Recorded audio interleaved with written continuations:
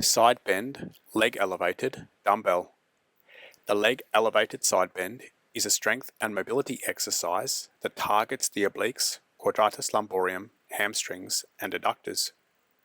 This side bend variation can be used to improve the range of motion in movements like the middle splits and the gymnastics pancake. The intensity of the stretch is dictated by the height of the elevated surface and the depth of the side bend. The higher the elevated surface and the deeper the side bend, the greater the stretch will be.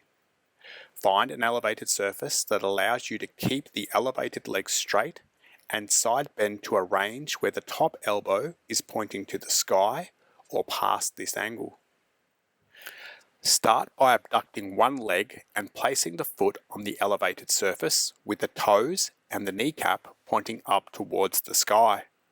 The other foot stays flat on the floor and is slightly outside hip width. It can be helpful to contract both quads to keep the legs straight and to contract the glutes to keep the hips extended and to limit any hip rotation. Hold a dumbbell on the same side as the elevated leg. Keep the arm straight and place it in front of the thigh. The opposite hand is placed behind the head with the elbow bent. Keeping the hips square, laterally flex the torso and reach the dumbbell down towards the floor. At the same time, the top elbow should be pointing up towards the sky or beyond this point.